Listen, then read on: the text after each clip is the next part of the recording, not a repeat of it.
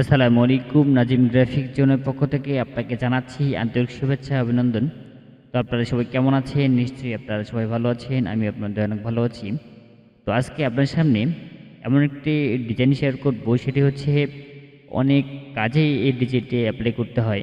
যে কোনো বৃত্ততে আমরা যদি কোনো শেপ ইউজ করতে চাই, তাহলে এরকম একটা ডিজাইন যদি আমরা অ্যাপ্লাই করি, তাহলে ডিজাইনটা কিন্তু অনেক সুন্দর দেখাবে। তো ভিডিও শুরু করার আগে আমার ছোট্ট রিকোয়েস্ট থাকবে, আমার চ্যানেলে যারা নতুন দর্শক অবশ্যই চ্যানেলটি সাবস্ক্রাইব করবেন এবং এরকম নিত্য নতুন ভিডিও পাওয়ার জন্য পাশে থাকা বেল আইকনটি অন করে রাখবেন এবং ফেসবুক পেজ থেকে দেখে থাকলে পেজটি ফলো দিয়ে রাখবেন। তো চলুন তাহলে শুরু করি।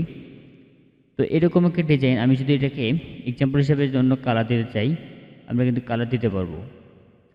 তো সেম কাজটা করার জন্য আমাকে যে কাজটা করতে হবে, এটা আমরা একটু উপরের সাইডে রেখে দিই।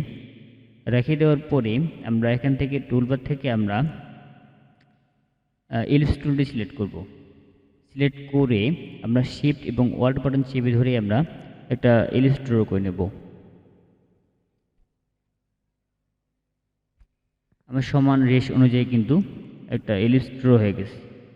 তো আমি এখান থেকে একটা স্টক কালার দিয়ে দিয়েছি, এরকম একটা স্টক কালার। স্টক কালার দেওয়ার পরে আমাকে যে কাজটি করতে হবে, আমরা এটাকে সিলেক্ট করে আমরা এখান থেকে স্টকে যাব।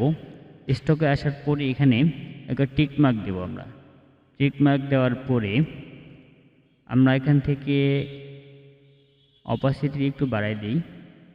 দেওয়ার পরে আমরা এখান থেকে আবার এখানে যাব। স্টকে আসার পরে আমরা এখান থেকে যদি এখানে 14 একটু বাড়াই দিতে পাবো এবং আমরা স্টক একটু বাড়াই দিই। এতটুকুই হলে চলবে। আমরা এটা এতটুকুই দেই এবং আমরা শেপটাকে রাউন্ড শেপ করে দিলাম। এখান থেকে চাপিয়ে আমরা এটাকে রাউন্ড শেপ করে দেবো। এখান থেকে একটু ছোটো করে দিই।